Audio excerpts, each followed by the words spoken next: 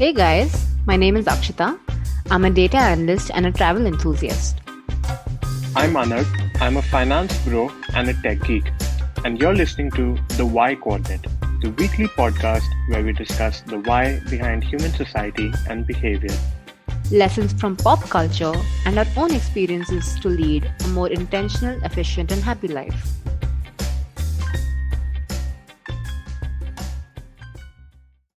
Hi Akshita, how's your week been? Hey Anag, it's been quite tiring, I would say. There's been a lot of work going on. Even though I was at home, it's been tiring. There was a lot of work going on, and then I was meeting quite a few people, and I'm so tired now.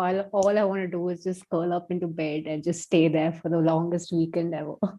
So yeah, I mean that's my week's been. I've met a lot of friends who I haven't had a chance to meet in a long time. They're doing wonderful things in life. So it was nice to connect and see what everyone's doing. So yeah, what about you? How was your weekend? How was your week? My week's been pretty much the same in terms of social interactions. It's been probably at zero in, again, contrast to you. But thankfully, next weekend is not going to be like that. I'm going to New Delhi and I'm going to meet all my friends there and in fact future classmates as well. So I'm quite psyched for that. Yay, that's nice.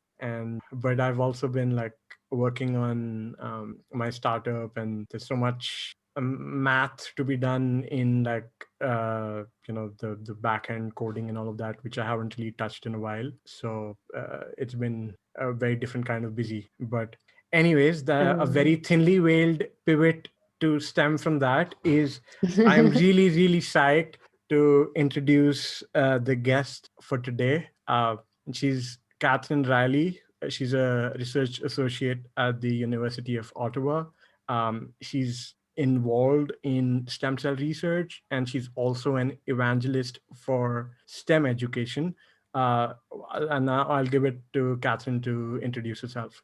Thanks so much for the amazing introduction. I'm Katherine. As mentioned, I'm a research associate at the University of Ottawa. I work in a research group that's kind of largely interested in kind of how the body works. We are a musculoskeletal research group, so trying to understand how kind of what happens to joints when they move, when they don't move, and kind of the role that stem cells can play in both a disease state and then maybe trying to cure some kind of arthritis-based grandly is what I do when I'm paid.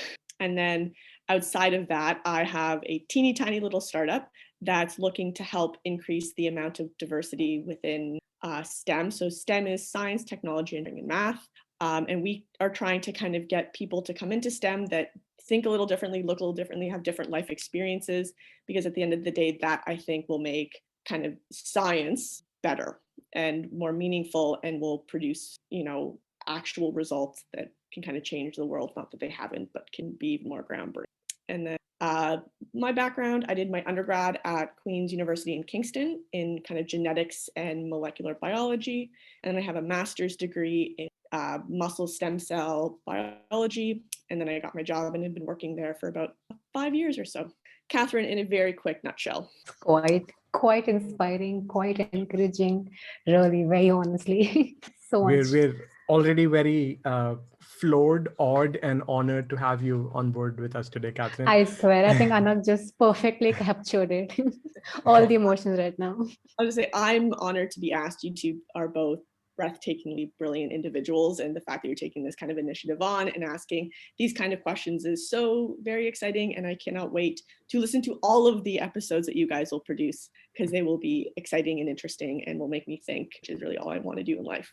Thanks so much for that, Katherine. Thank you.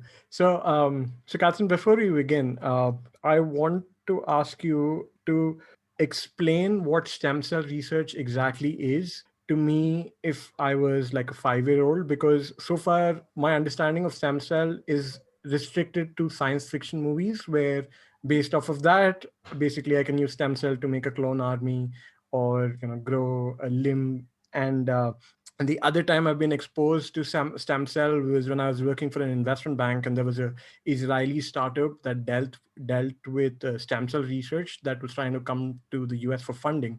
And I didn't work on that deal, but a few coworkers of mine were working on it. And these are very brilliant men and women on the East Coast. I've never seen them frazzled by anything but this. It was so technical that their faces were flustered after every meeting. And then we didn't get the deal, but I had seen them celebrate the fact that they didn't get the deal because they would be so overwhelmed. So I have immense respect for you to be doing this on a daily basis. And if you could explain what stem cell. Exactly. Okay, so I'm going to try my best, and if you need anything else explained, please ask.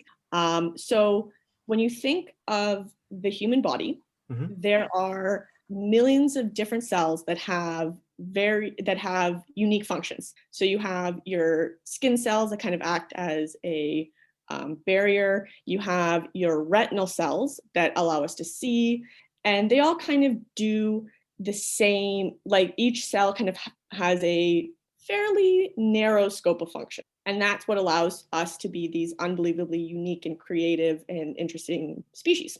But we all started from basically 5 cells. So, back in, the, process of fertilization, sperm meets egg, and there's some divisions. And within that, there are cells that basically have the potential to become every single type of cell in the body. And that's the kind of the first major type of stem cell. And that is basically the cells at the very beginning that have that potential. And then as we become a little bit more complicated, shall we say, more than just 5 cells, the function becomes a little bit more specific. And you can get what are known as adult stem cells. So those are stem cells that don't have the ability to turn into every type of cell in the body, but have the ability to become a small portion. So that would be something. So one of my stem cells of interest is what's known as the mesenchymal stem cell. Very long, fancy name. As scientists, we like to give fancy names to things. And these cells can actually become bone, cartilage, and fat.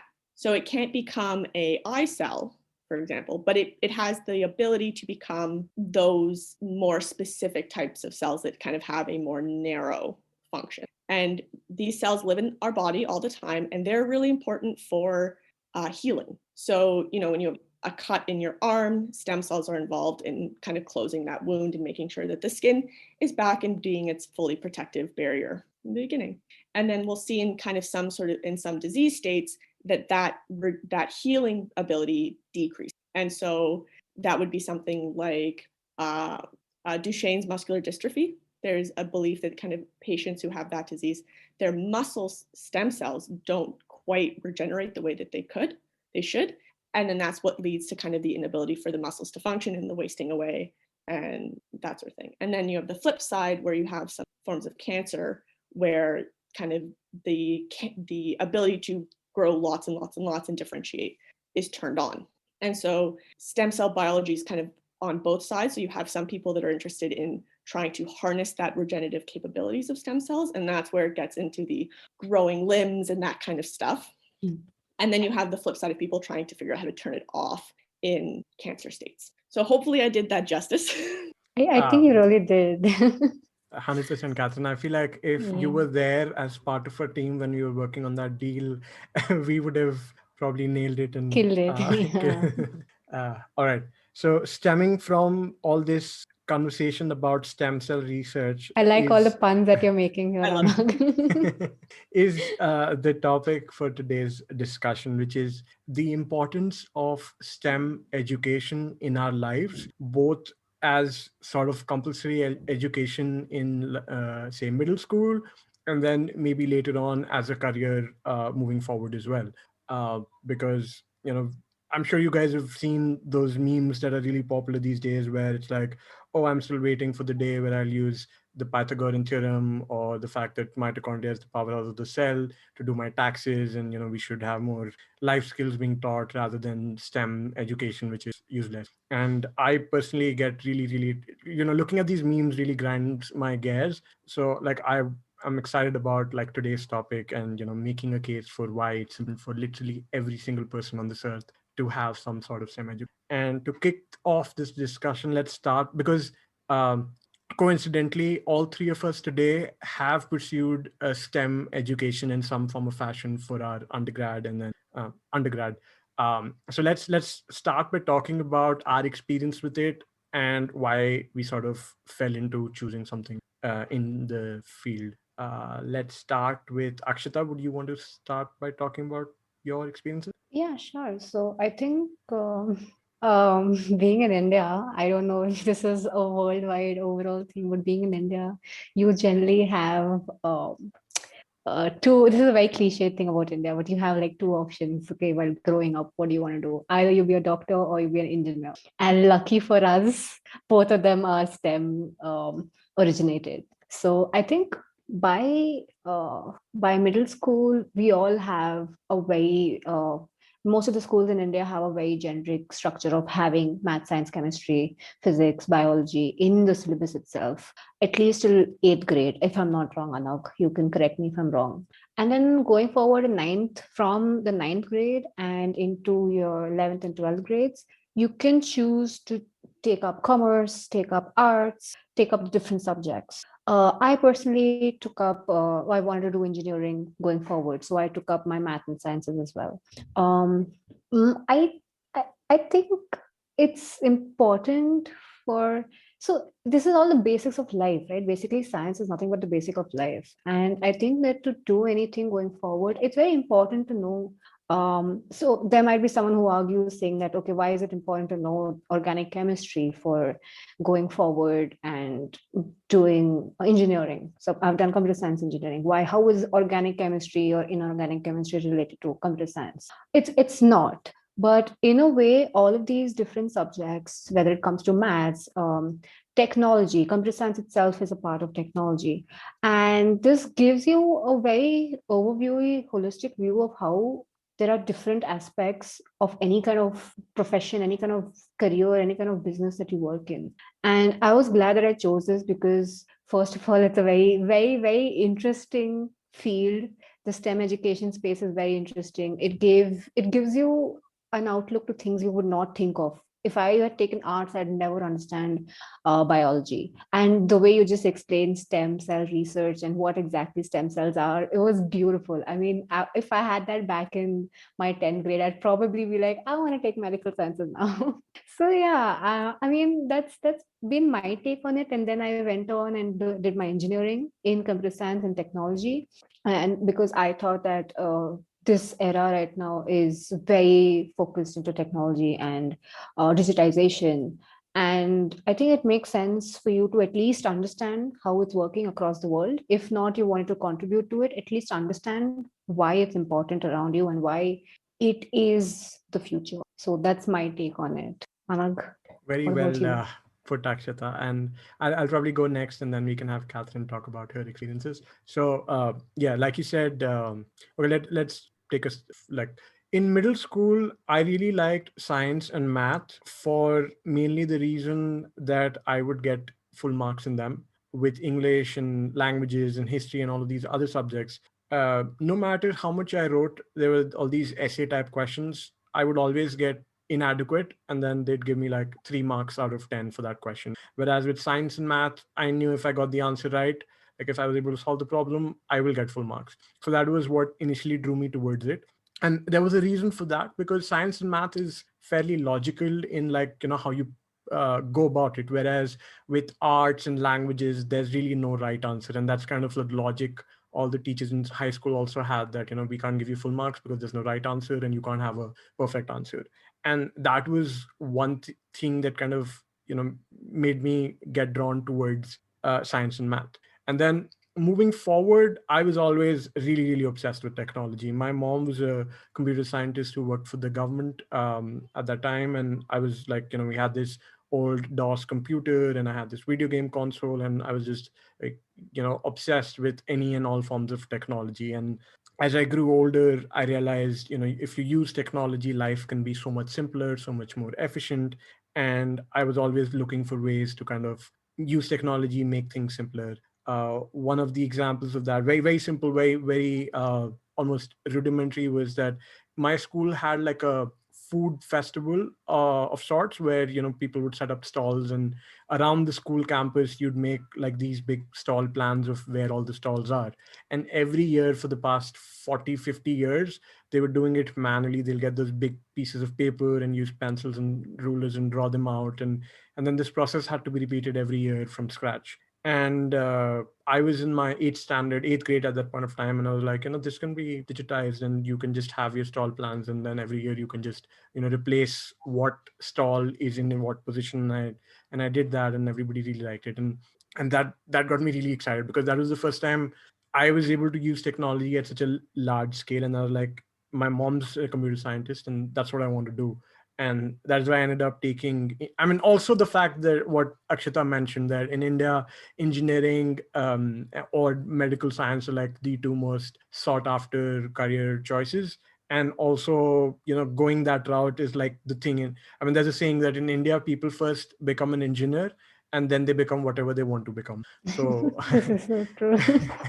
so I mean, all of that was there, but again, I also wanted, like, I was interested in technology, and then between all the disciplines of engineering, I chose computer science because I felt I had more autonomy in terms of just me, one guy with a laptop could actually create something, as opposed to, say, electrical engineering or mechanical engineering, where you need the entire village and lots of capital to actually come up with something. So that's kind of why I got into it. But while I went through all of that, education of 16 years of studying math and science in school, and then 4 years of engineering, what I've also realized is that it's had a positive impact on my life in other facets of life, because it's made my thought process so streamlined and so logical. And when you solve all those complicated calculus questions, or you solve uh, math questions, or you do computer science programming, it makes you very logical in your thinking, which has applications outside of like pure STEM. So for example, when you talk about strategy, consulting, or problem solving, your brain just works. It can look at what is important, it can eliminate what is not important, and it just is like it's a fantastic sort of training ground to sharpen your problem solving skills and your quantitative skills. And the other thing I feel is really important, so like Akshita mentioned organic chemistry, like what is the point of organic chemistry? So like I mentioned this in last episode. My grandfather had to go surgery last weekend, and we go to the hospital, and there's all these medicines and illnesses and this and that. And okay, fine, there's you consult the doctor, and they give you all these medicines, but to be able to understand some level of what it is exactly, instead of it just being like voodoo science, where you just, okay, the doctor's giving you this and you just blindly follow it, to have at least some basic working knowledge of what it is, how it works, is I feel really, really important. And having that kind of a base is really helpful to kind of make decisions, to understand what the doctor is saying, to understand what is happening. And my third point is, uh, you would have seen there are people these days who believe that 5G cellular towers cause the coronavirus, or the fact that the earth is flat, or the fact that vaccines are not good for, like, they people literally don't get their kids vaccinated because they believe they're against vaccination. Even right now, with the pandemic and the COVID vaccines coming out, people are like, I'm not going to get vaccinated. And the reason why people like this exist in today's day and age is because they were not given a proper STEM education. If you go through that, you'll realize that it does not make sense. Like, all of this is so preposterous and out of the world that, but so all of these are kind of my experiences with STEM. Now I hand it over to Catherine, who's going to really. Uh, I agree with what you guys have been saying. So I'll talk a little bit about my experience. So I came through the Ontario education system, public school all the way. And I come from a family where the closest thing to science is my mother's anthropology degree. Not that that's not complicated or hard, and there is definitely some STEM involved, but I walked out and had a natural enjoyment of science, and I could figure out the math, and I hated writing essays. And so my parents at, kind of the grade, so in Canadian or in the Ontario education system, you have to take science, like a science credit up until grade 10, and you have to take a math credit until grade 11. And those, like, you have to take those. And there's some choices you can have in terms of what kind of, especially grade 11, what math are you going to take, but you have to do that. And then after grade 11, basically there's no more science, math for if you choose not to take. So I remember being in kind of the grade 10 range, which is you basically pick the courses in the year before for the next year. So I remember being in grade 10 and kind of having that like a little bit of, oh my God, what am I going to do with the rest of my life?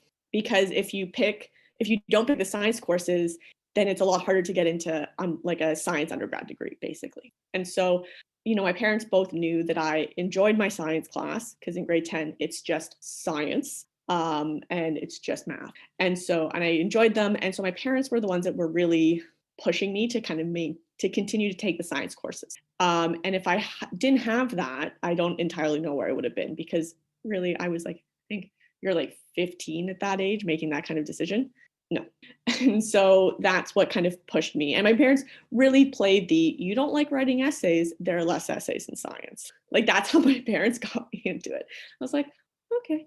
And so I continued that. And then when grade 11 happens, it breaks up into the biology, chemistry, and physics. And then I really started to enjoy it and things kind of started to click. And I decided like, oh no, this sounds like a great idea. And then I kind of continued with a science education.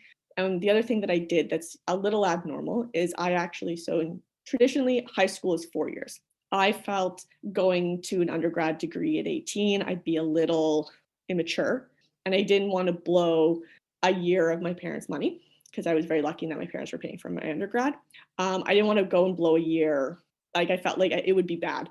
So I actually did a 5th year in high school, and I got really lucky. I got a great co-op placement in an actual research lab. So I actually got to see, because up until that point, science was just memorize facts, regurgitate facts on a test. Some kind of applying those facts in kind of a limited way, but mostly just it was a good amount of logical thinking, memorization, and doing well on tests. But then I was in the lab and I actually got to see what science really was. And that opened my eyes. And that, like, it was that experience. It was like, nope, going in and getting a biology degree. And I knew I wanted to go to grad school because undergrad is still that kind of, you're still learning the facts, you're learning kind of those critical thinking skills.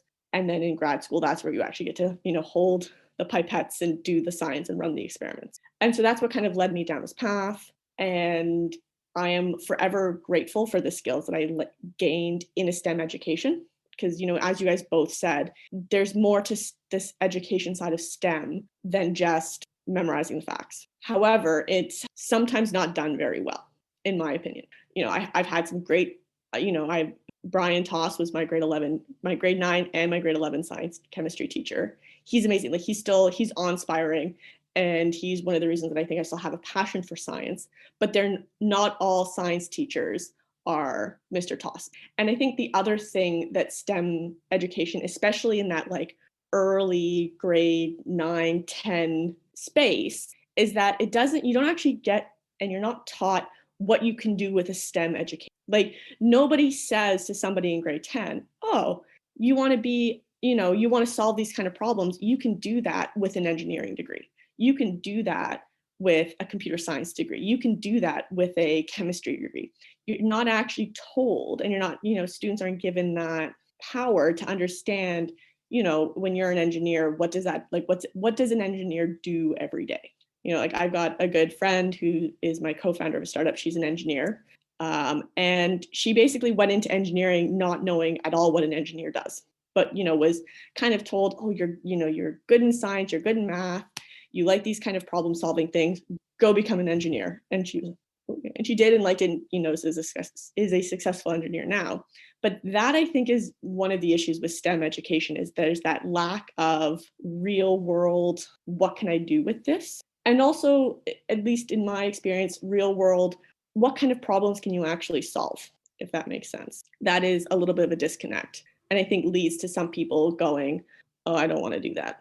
Yeah, I agree with you on that, Katherine. In fact, even in like the Indian education system, because engineering is sort of like the de facto thing to do, people are getting into it. People who have no interest in it, people who have interest in it, and there's this increased demand for that sort of an education, but obviously there are not that many educators to kind of meet that demand. So people who are not that interested in it, or who probably are not even competent enough to be teaching those kind of courses, get in.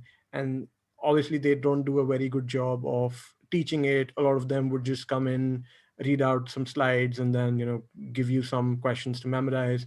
And obviously when things are like that, it's going to be counterproductive, and it's going to achieve the negative result of dissuading people from ever thinking of taking STEM, because for them STEM is just memorizing a bunch of boring stuff, and not really doing. I mean, I 100% agree. Even my computer science engineering education to some extent was a lot of theory and a lot of, okay, this is what we've been teaching or learning in the past 30 years. Like, honestly, so when my mom did her master's in computer applications in the 80s, one of her professors taught me a subject when I was in undergrad in a completely different university. Can you imagine? And he at that time was fairly old, and when he was teaching me, he had been given super retirement, and he'd come back. And I mean, he had a lot of experience. But then when you talk about a subject like computer science, where you have new things coming in every month or every week or every day, someone like, for example, if someone's teaching you anthropology or history, whatever was being taught in the 80s is probably still valid in 2020. But something like computer science really needs to be updated, and all of that does not happen. And when that does not happen, since we are not taught exactly what can be achieved with using all of these things, then again, yes, you're right, it just seems as something necessarily hard, and not worth getting into. It's just why would you want to get into like physics, for example, when you have to do all these numericals and you have to derive all these weird formulas when memorizing like 10-15 steps? Whereas what people should actually be taught is, okay, if you learn physics, then you can get into aerospace research, or you can do this or you can do that, and give people a taste of what exactly is. And so I 100% agree with you. It's not just like people, but also kind of the education that. Like I remember, so in high school, I also, wanted to save the world. I wanted to make the world a better place. Gotta love 16 enthusiastic Catherine. And I remember having conversations with guidance counselors, change the world, go into politics.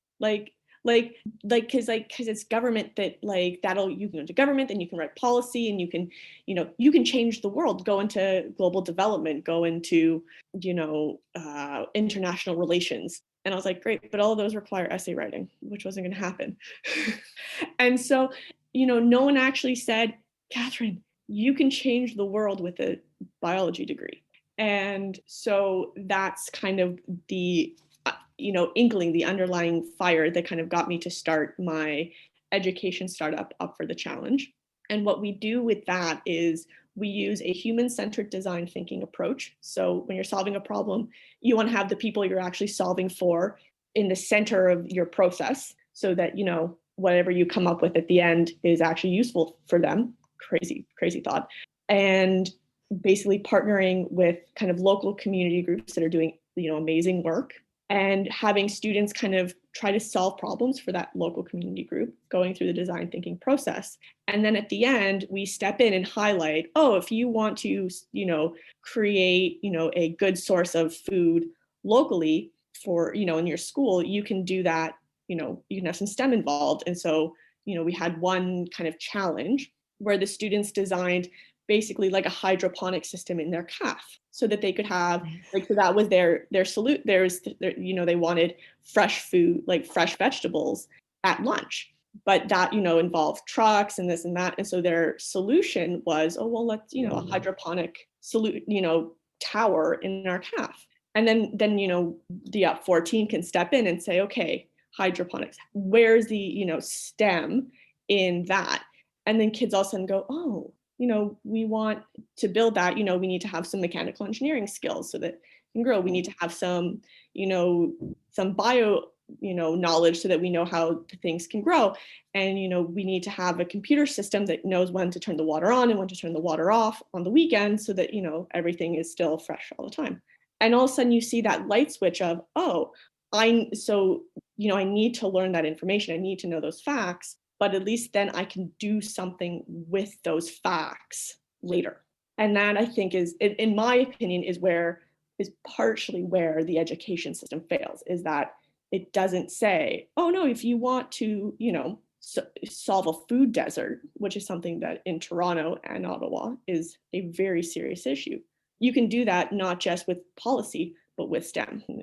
Maybe we'll get some more people in STEM, people that, like me, wanted to save the world, but didn't have their parents saying, go into STEM, because that's what saved me.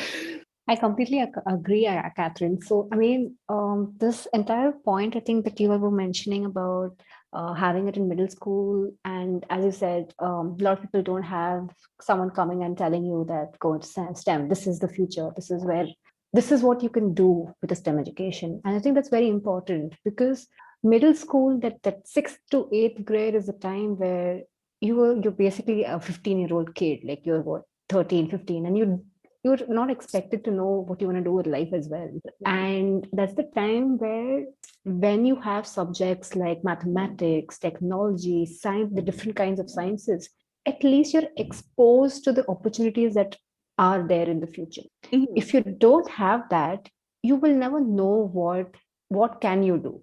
Now, if I'm in 6th grade and I am exposed to biology, physics, chemistry, math, and computer science, I will at least know that, okay, I hate physics, so this is something I don't want to do, but chemistry is something that I'm very interested in, and this is something that I can think of in the future. And then when I'm told about the different opportunities and the different things that I can do going forward in chemistry, the practical applications of it, as you said, if I'm interested in organic chemistry, inorganic chemistry, if I had a teacher like Walter White, Breaking Bad reference guys, maybe I would want to, I think it all depends. The first thing, what it is you get exposed to the opportunities available. And then when you know what you can do with it, it gets you more excited to actually make that contribution, as you said, to changing the world, or just making a small impact in your own mental space as well. Like if I want to learn how to code, I would be happy to do that. It doesn't even matter about changing the world. It's about just something that you're interested in. So I think that's why it's so important, especially in that middle school age, because that's the time where you don't know what you want to do, and that's the time where you start thinking of the prospects going forward. And when you see what is available, you'll at least know what you like and don't like. That's my take on it. Yeah. And the other thing is when you think about, that, 13 to 15 range, and the number of careers you're exposed to, like you're exposed to the standard ones, teacher, Correct. doctor, Correct. nurse. But beyond that, and then, whatever your parents might do. So my dad was a lawyer, my mom was a teacher. So in terms of career options in STEM, I didn't really have any experience. Like you couldn't tell me, like I couldn't tell you at 16 what a scientist did. Correct. I think that's something which we all face. Correct. We don't know what is there except for what we see around us. And at that age, we are not exposed to so many different ways, as you said, a scientist. Yeah. Yeah. And so going in and like reminding, having some component in the STEM world of like, okay, this is what it actually means. Like I remember in second year, so my second year, I think genetics class, what we would learn, again, still, kind of from a historical perspective, where we were genetics and where we're moving forward. And one thing the prof did is every Friday, he would talk about current research about what we were learning. So even though we were learning concepts back from, the 80s and that sort of thing, he would then tie in like a really recent publication and saying like, we're still talking about this in this way. And again, it's showing that, practicality side of things that, reinforces, the why of learning those facts and the why of learning how to apply those facts in certain situations. That I think is really key. And, we kind of forget that kids 13 to 15, they're smart. Like, they, have a feeling, or at least I did, that like I was being told what to do and never told why. I was told you have to take this kind of class, you have to take this kind of class, you have to take this kind of class. But no one actually said, and with that education, you can do this. Or with that education, this is how it fits in to the grants. And I think that's also one of the reasons why, kids maybe don't choose STEM, especially if you're not great at the memorizing stuff, which is, I understand it's a struggle. I'm that student that has to write, like in math class, I used to have to do the math problems like 4 times for me to fully understand what I was doing. And I would do it without a problem because I'm a nerd. But if you don't have that same nerdiness, it's a struggle. And if you go, why the hell am I, struggling with this thing that I can't use anywhere else? Of course you're going to leave it. You're just going to think, what's the point? Yeah, why? And we don't tell, like, we don't, I think sometimes some teachers will say, oh, like you said, like STEM is the future. And then you go, how? And they go, it's the future. It's like we need to know the logic behind the why is it the future, more than just a statement saying it is the future. Yeah, and I think once you start knowing the why, which we discussed, is knowing opportunities, knowing what we can do with it, any human will either get excited about the fact, or they will just know, at least they will know, have the knowledge of what this particular degree or this particular subject can do in the future. So yeah, I think I completely agree with you, Katherine. Yeah, no, it's why learn this? And like you said, it's just, and everybody has a different why, but you have to explain that. And I think having that conversation in a classroom of like, here's what you like, here's the kind of problems you can solve in STEM that aren't just, this math equation, would really help, I think, biasly speaking, inspire people to actually consider STEM that maybe wouldn't have before. And then, I'm biased because the more people that consider STEM, especially people who, are maybe, more artsy, better with the literature and the writing stuff, that their experiences will just make STEM and science better. So of course I want them to be here. I want them to be part of our club. Yeah, even if, let's say, someone is interested in politics, but they also have a background in STEM, I feel the policy making would really benefit from them having a much better understanding of the way the world works, rather than either relying on advisors or some. And mostly politicians have a fairly large ego, so they don't listen to anyone. Their view of the world is how it actually is. So, so from that respect, also, I feel Angela Merkel, the prime minister of Germany, she's got a PhD in analytical chemistry, and she's arguably one of the best world leaders we've seen in a long time. Like, thank God she's leading the EU, basically. So having a STEM education is, again, biased. Like, I'm the person that walks around with DNA like tattooed down her back. I love it so much. But STEM really does give you skills that you can then take into a different environment. That, like you guys both mentioned, the logic, the critical thinking, like that, just, they don't flat out tell you that that's what they're doing when you go through a chemistry class, but that really is, the underpinning of it all. And you can take those skills and then walk into, banking and say, okay, let's see what we can do here, because you have that ability to think logically. And you both said, strip away the noise, because there's always a lot of it, and get down to the meat of the problem. And when you have that meat, you can then actually solve the problem, instead of looking at the fluff and being with all of that. You can drill down and say, what do we actually need to do? What are we trying to accomplish? But again, that's not explained at least in the Canadian system, in grade 10. Or the Ontario system. Yeah, I think it's pretty much the same. Indian education system, there's a lot of memorizing irrespective of whatever subject you choose. In fact, science and technology is where it's a little bit less, because even if you don't remember some stuff, you can at least use logic to get to it. Whereas with like history, for example, I would never be able to get to why someone decided to go attack someone else, or remember the names of people and all that sort of. Yeah. It's interesting because I think that part is a little flipped. So in my undergrad, I had to take one arts course. And so I took politics, mostly to piss off my dad, because he was a politics major and he was like, don't do anything else. And so I took my one politics class.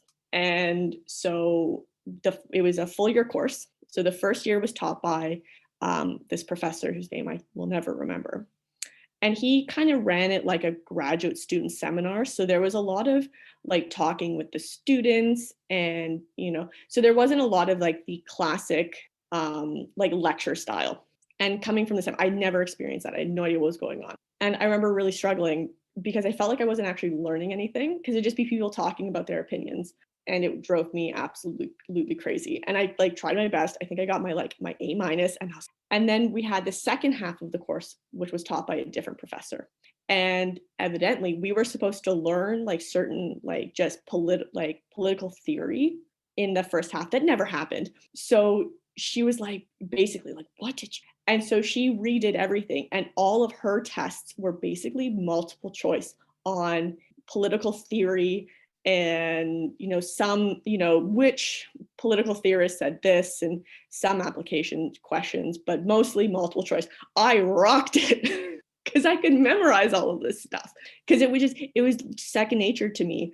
And a lot of the people in my class who had stopped taking kind of more memorization classes and having more of the classes where you could write enough to get to write enough to say enough to get marks, had no idea how to do this. And it was fantastic. So that's one of the differences, I think, is in the Ontario system that at least I went through, there is still a fairly large amount of it memorize and apply in this context, which is great when you need to memorize stuff, and that's one of the things you're good at. But if you're not, it's going to suck. And if you don't, and again, I feel like I'm repeating myself, but if you don't understand what you can do with that and you hate it, why do it? Of course, you're going to stop taking science in grade 10. You can take, an interesting history course and not have to memorize too much. So I guess we should begin to wrap up. Katherine, is there anything else you would like to add to the discussion? Again, like I want to be as upfront about my biases as humanly possible. At the end of the day, yeah, knowing the mitochondria is the powerhouse of the cell isn't going to help you do your taxes. But, hopefully the process of learning that little factoid, will win you some points at a trivia night at some point in your life.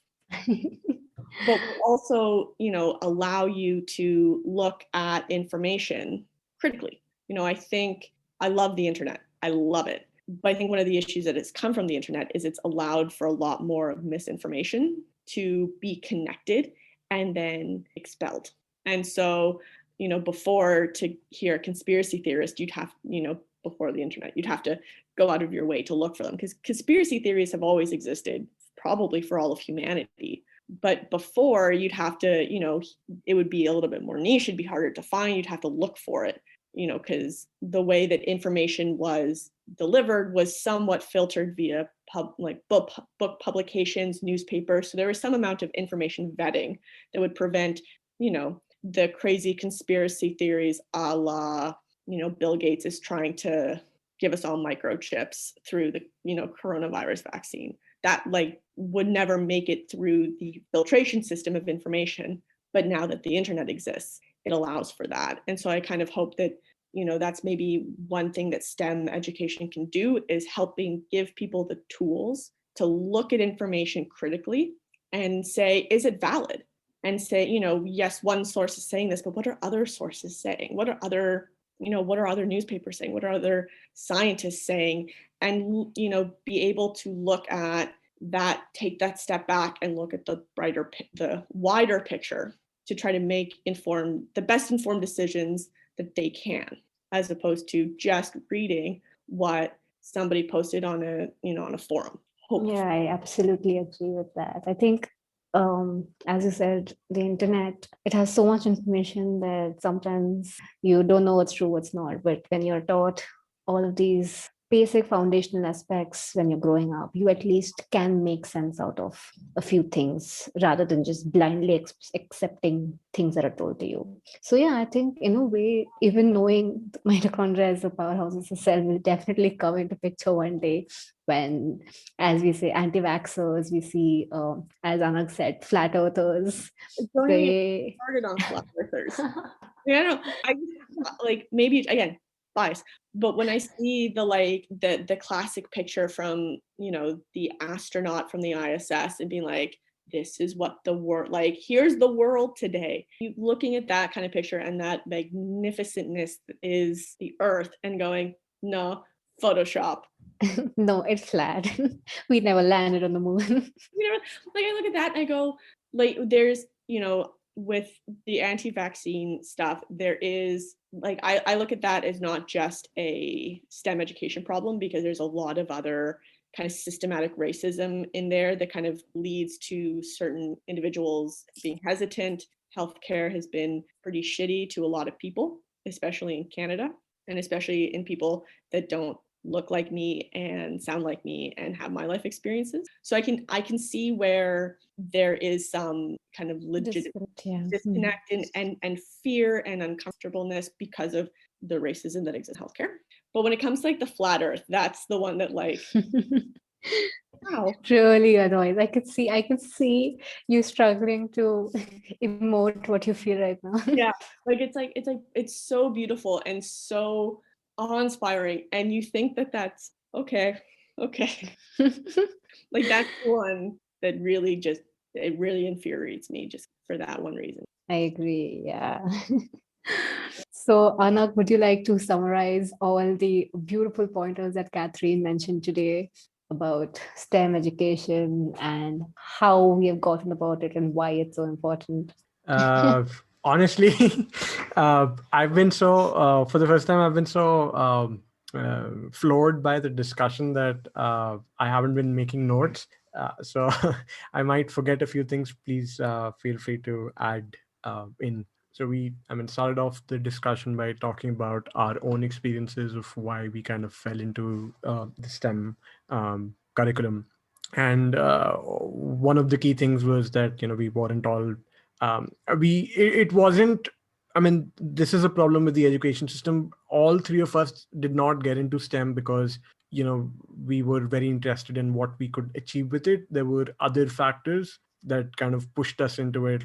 For example, with Katherine not wanting to do essays, or for me and Akshita kind of getting into engineering because that's kind of the de facto thing to do in the Indian education system. But then moving forward, we discussed about, how it gives you a better understanding of the world, how it kind of develops your logical, critical thinking skills, which has applications outside of STEM as well. And then moving forward, Katherine talked about how this is also a problem of the kind of education that is offered. It's very rote learning based. You memorize and you regurgitate, which is obviously not very exciting or interesting to people, and that is why they don't end up choosing a career in STEM. And then also because people don't focus so much on kind of like the STEM education, their understanding of the world is very flawed, and you get world leaders who make all sorts of weird statements. Like this is kind of unrelated, but again, when I was working for that investment bank, I used to follow the news on weed legalization in the US because we were looking to onboard a few cannabis companies in the US. And although I have no interest in that field, I used to follow the news quite extensively. And all these politicians would make these sweeping statements about how addictive it is and all sorts of things, which in my opinion, if they took some time to kind of understand how it works and what happens, this is a very niche example, but what I'm saying is understanding of STEM has a material impact on the kind of policies that are made, whether in terms of climate change, in terms of what you choose to invest your dollars Basically, you in, can that make sort of more thing. informed decisions based on, if you know it, you can make more informed policies, decisions, statements based on it. Correct. Exactly, and your priorities can probably be more right when you realize what is. Yeah, so that's if there's anything else I missed out. I just want to tie in that coronavirus is nasty, but we have to deal with climate change. That is, and the two are connected. And climate change science it's not very, to be honest, it's not very complicated in that we need to do something about it. But if you have no concept of how to look at the information being presented, you're not going to be able to do correct public policy. And then this will be dealt with in 100 years. It's, oh no, we have basically our collective lifetime to deal with this. Rude. And I really do hope that a good STEM education will be a prerequisite for government policy writers to help address this. Fingers crossed.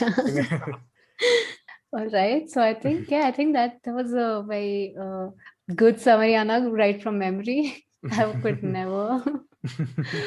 Yeah, so See, it's all I the think we can wrap. rote learning that Rote we've gone learning through has kind of coming helped through build here. Yeah. the okay. Okay, so let's move on to something a little more light in terms. So it's time for the closing segment. Is a funny or insightful incident of the week. While you ladies think of one, I'll go ahead with mine. So me and my sister have a habit of giving each other all sorts of nicknames and inside jokes, and we manifest that in like the name we have each other's numbers saved as in our phones. So most recently we had an inside joke about Family Guy where I was Stewie Griffin and she was Rupert Griffin. So I changed her number to Rupert Griffin, and then I sent, and the thing is, this is synced with my email contact list. So then I sent out an email to our tax consultant where I CC'd the entire family, and I'd CC'd my sister as well. So Rupert Griffin showed up as like a person being CC'd, and then my tax consultant called up my dad. He's like, "Have you have you been doing some sort of international transactions? Have you like hired someone internationally who is Rupert Griffin?" So I had to go through the embarrassing explanation of why and who Rupert Griffin is. Oh, Yeah, so wow. that's kind of my incident of the week. Nice. That's funny. That's quite funny. Catherine, Okay. do you have anything? Yeah. I was about to say nothing that kind of tops that. I'm not sure if this is going to count or not, but I have many bosses in my job, but one of my bosses is a 95-year-old retired orthopedic surgeon who still comes and runs research projects. His name is Dr. Utah. He is my idol, and I want to be like him. Hopefully I'll be, a 100th of the kind of human that he is. But I've been working with him on a project, and I've been very slow because things have been very busy at work. And I finally got like a science package of him that he needs to do kind of the next step of analysis, because he's 95 and he's still doing science. And I finally got that to him this weekend. And it's just been the most relieving thing because I've been thinking about this for months, and it's now done, and it was just a great feeling. And I remember sitting in the car after delivering the package and just like breathing this sigh of relief out and being, I can now really enjoy my weekend. Again, not quite at the That's so level nice. of amazing nicknames with siblings, but that's my No, it's still quite, yeah, the sigh of relief that you just showed was, yeah. I don't think I have anything, as you said, nothing that can top up Anagh's fun story. That was actually quite funny. Really funny. Like if I was your tax consultant, I'd just be like, who are these people? And why are they making my job so much more difficult? Have to now go and figure out who Griffin is now. I just said Rupert Grint because of Harry Potter. Well, anyways. I don't really have any insightful, funny thing.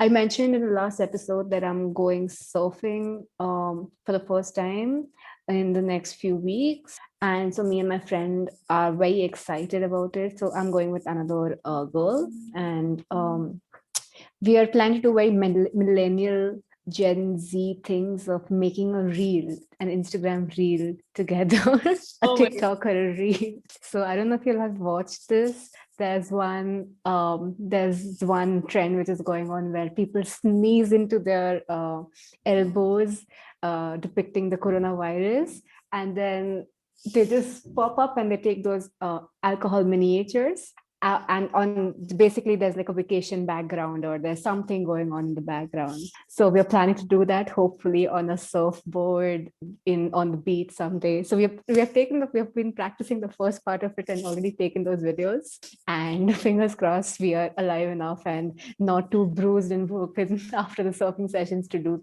the second part of it. That is exciting, Akshita. We'll when it's out, when that reel is out, we'll link it for everyone to see. Oh, embarrassment max.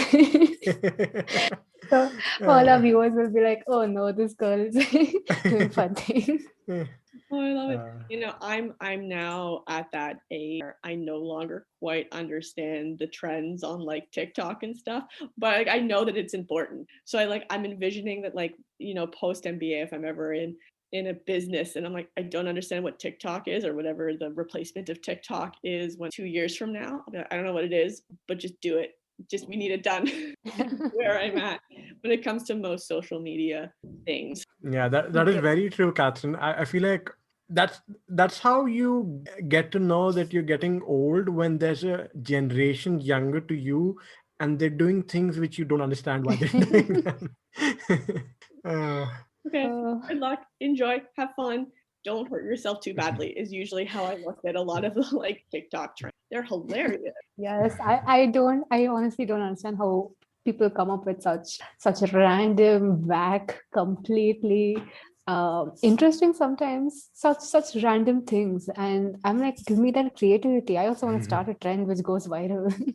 But TikTok is, I mean, it gets a lot of flack, but I've started really enjoying it. So in fact, since I came to India from the UK, my phone is still configured as being a UK phone. So I have access to TikTok, Oh, you although have TikTok. Yeah, TikTok's it's banned in India. banned in India. But I spend like, if I for some reason decide to open TikTok, I'll be lost for like an hour just going into the depths of This is TikTok. I quite enjoy it true, so. actually. Yeah, it's quite true. So, initially, even I was very averse to TikTok, and I'm like, what is it? It's just videos, and sometimes they're very cringy videos, or it's just, yeah. But then a lot of my friends spend hours and hours straight, like 3 to 4 hours engrossed, and then there's like different domains of TikTok. If you're someone who's into organization or like just cleanliness, or just there's like an entire space for it. You can watch different kinds of videos just for it. So it's quite interesting to see. I think, Anna, we have a very interesting topic for one of our next podcasts about TikTok. Yes, 100%. Okay, so I think that wraps up today's episode. Thank you, Catherine, for gracing us with your presence and for this excellent conversation that we had today. Thank you, everyone, for listening to our conversation. Don't forget to follow us on Instagram. It's called the Y Coordinate, and yeah, we've now decided on like a release schedule. So we're going to release new episodes every week on Saturdays, 9 a.m. Eastern, 7:30 p.m. Indian Standard Time. If we don't release an episode at that point of time, feel free to shoot us an email and ask us why we It'll aren't doing that. probably making the same family joke again. It'll probably be my mom asking, "Hey, where's the video this week?" True. Yeah, so I guess that's it. Thank you, guys. Catch you in the next one. Catherine, how is your experience being on a podcast? That was so cool. I've never like I am an avid podcaster. Love them. Nice. Yeah, they're fantastic when you have mind like point like there's a fair bit of my job that's like looking and like counting. And so like you just click. And podcasts are great. So it. This was a lot of fun. You guys asked me interesting questions. I like the natural flow that like the two of you have. So it didn't feel like an awkward anything. Like I don't know if you listen to it. Hold on, I need to pull up it, but it's probably my favorite podcast. And you two have a very similar vibe. Yay, I'm so happy. High five, Akshita. Yes. It's my favorite podcast. It's You're Wrong About podcast. And basically what they do is they take like pop culture-ish events that happened in like the 80s, 90s, and like early 2000s. So the stuff that like the hosts are probably around our age. So the hosts that like they lived through but weren't quite aware of what was fully going on. And so they kind of go back and look at it and actually like deconstruct things in a like with a bit more of like a feminist spin and kind of the actual interest issues. And so it's hosted by two individuals who have this great rapport with each other. And you two have a similar rapport, which is, and one of the reasons I like it is because it kind of feels like I'm listening in on two friends talking. And so it's a little bit like gossipy because I'm like, I don't know if I'm friends with them, but like I feel like I'm friends with them. And so you guys have a similar vibe, which I think is really important in the podcast world, because at least for me, that's what dictates what I will or will not. Because I've had some that are just like, it feels like, oh, they're just people that are awkwardly interviewing somebody. And I really like the vibe you two have. I think that's wise. Thank you so much, Thanks Catherine. so much, Catherine. I know, that's the sweetest. I'm just so happy. Like you can... Yeah, It's actually quite a very valid, like the report that the two people in a podcast have is very important. As you said, if it's awkward and if it's just broken bits and pieces of conversation, then that's very difficult to follow. And hopefully, we are doing justice to that fun, interactive conversation part of a podcast. Hopefully, I think you Anagh. guys are. Again, I'm biased, but like I think you guys are. I look forward to like listening to them. We'd be It was very great. happy if you do that, so that Yes. someone apart from our moms actually ends up listening. So it's a running joke between me and Anagh that, oh fine, I got two family members today to listen to our podcast. So I'll send it to my parents, and then that'll be like another two, and then I'll get my sister Yes. who just had a That'll be- baby, probably like needs entertainment, and I'll like, so that's three. Thank you. That'll be Thank you absolutely so fantastic. much. That's like a 33% increase. Lovely. All right. Thank you, Nice. Katherine, once again. Catherine, And- really, thank you so much for joining us today. It was really so interesting. There were so many things that I didn't know about, stuff that I learned from you. So thank you so much for that. I just like to be able to share my knowledge. And also, if you guys ever need my Zoom account, let me know. I'm more than happy. Like I have to pay for this thing for work. I might as well let as many people as possible. And I can Sure, we'll let you know. Yeah.